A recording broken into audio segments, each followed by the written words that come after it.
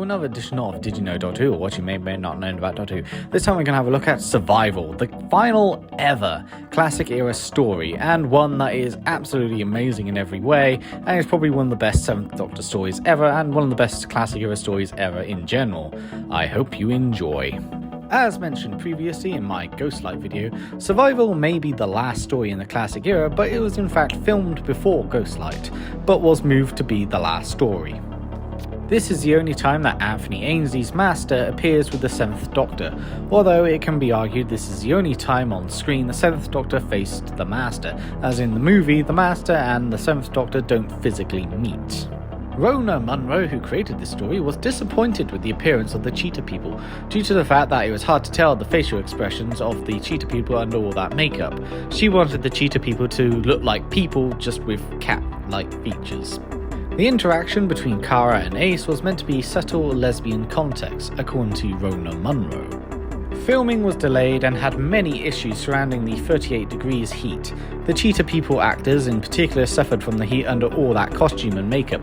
One woman, who was a cheetah person, stripped completely naked and walked off set, with the production having to stop filming and finding a replacement. With behind the scenes knowing Doctor Who was coming to an end, many moments were altered and changed. The most famous change, in fact, is the last dialogue from the 7th Doctor and Ace as they walk off into the distance. McCoy's line was actually recorded sometime after filming and dubbed in.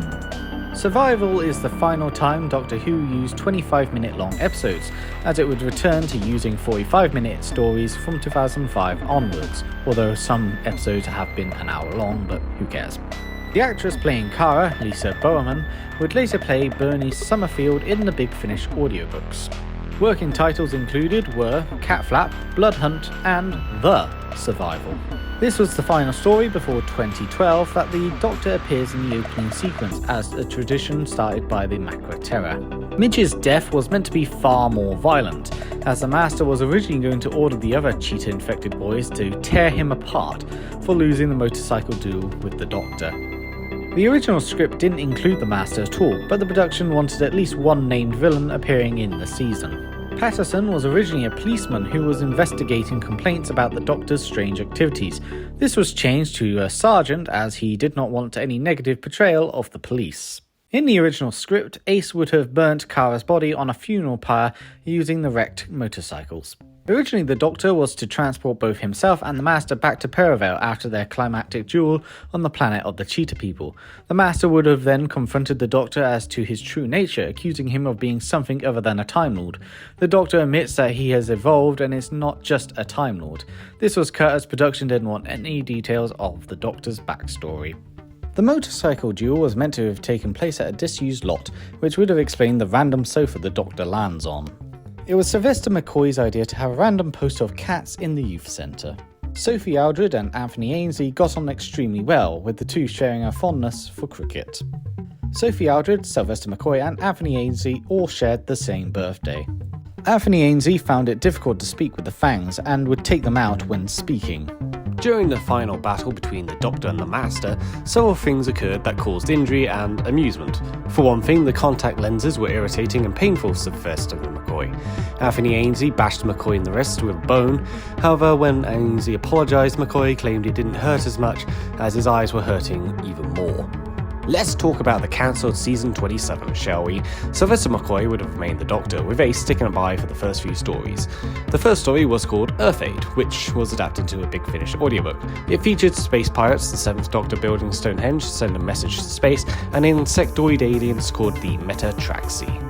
Ace would leave the series in the next serial called Ice Time, which featured the Ice Warriors fighting one another in a 1960s. This story was, once again, adapted into a Big Finish audiobook called Thin Ice. The next story was called Crime of the Century, where the Doctor would have been in a non-sci-fi setting, a story about drugs, smuggling and armed assaults.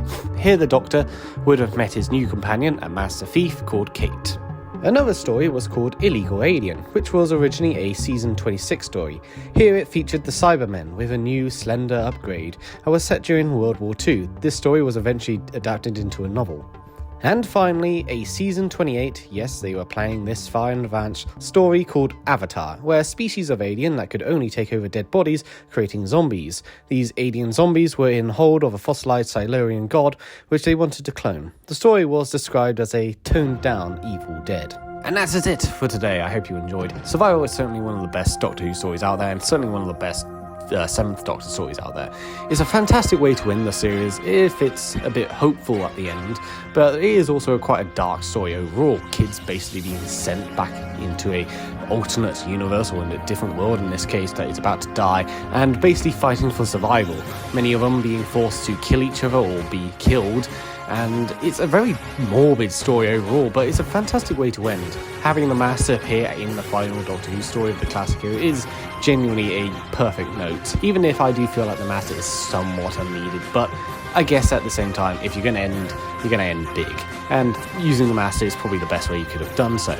All the acting is fantastic in this, and I've seen the blooper reel where Sylvester McCoy is, of course, telling everyone not to run. He kept screwing up, which is absolutely hilarious. This is a truly brilliant episode, and it really, honestly, seeing some stuff for season 27 and season 28 for that matter, makes me very interested in how things would have been if that seasons would have been, or those seasons, I should say, would have continued. It would have been interesting to see what a 90s Doctor Who would look like. But then again, we do have Doctor Who the movie, which is obviously visually beautiful, but has a lot of flaws, and honestly, yeah, I still think that a 90s Doctor Who would have been fantastic, but this is a brilliant way to end the classic era, and the ending is just sweet. It's somewhat bittersweet, but it's sweet nonetheless.